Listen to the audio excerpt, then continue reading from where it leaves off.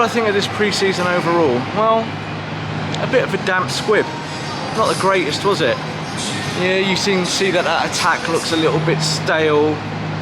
By the time you watch this, we might have a new striker in place. We obviously know about Højlund. If you follow me on Twitter, you'll see obviously all the updates that I've been giving on that. We've been ahead of that for quite a long time and explaining what the deal is with Atalanta. So that might be done by now. I think the window itself's not too bad as long as you complete your striker and maybe even get an Amrabat again. Might be done by the time you watch this.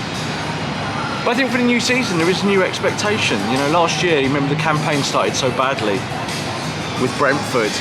Now, it was a real shock to the system, wasn't it? Brand new manager. How do you get through it? How do you make sure that you progress? And that was very early stages for Erik ten Hag. I think now when you look at it, this feels more like a Ten Hag team. You know, you've got players in there that have leadership skills and have settled. I think Rashford's developed incredibly under him. Bruno Fernandes, I think, is still confusing. I would like to see him play number 10 much more. Earliest days here in pre-season, we've seen once again Bruno dropping deep, playing wide. Mason Mount being given the responsibilities of going forward and playing some of the 10. Diogo Dalot scored a goal here, obviously in Las Vegas, where we are now. And a good goal it was as well, but for me, he's still second choice to Aaron Wan-Bissaka.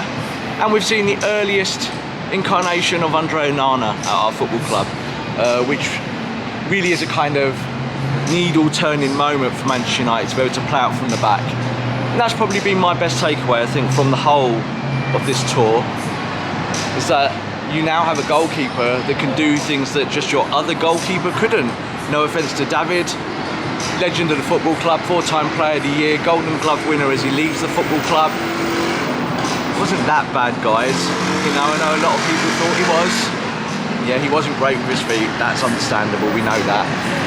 But it was time to move on, and that's what Erik ten Hag said to us in his press conference, is that it was the right moment, and I agree with that.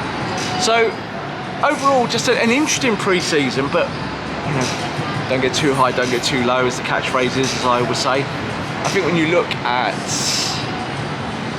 maybe the balance of it, is that the squad looks more whole now, 12 months on after Erik's first season, than it did last year. Manchester United somehow attained top 4 and a trophy with literally no striker last year.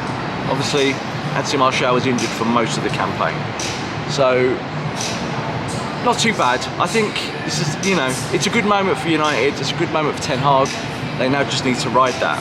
So stick with us, guys, here on the channel. I hope you really hope you enjoy the content that we produce.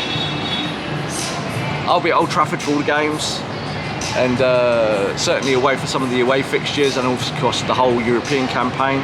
Fingers crossed we stay in that all the way through in the Champions League, and we have a good campaign this season. And overall, you know, again, just thank you so much for supporting the channel and spreading the word. And there's going to be so much more to come. This is obviously just the very beginning. I'm going to be making lots of changes. I'm working really hard for you guys for the content, and showing you how much I love football and obviously how much I love Manchester United. And I'm sure you guys match that passion, enjoy the football club as much as I do. It's a big part of my life. It's always going to be a big part of my life, and I'd love to share that here with you on YouTube.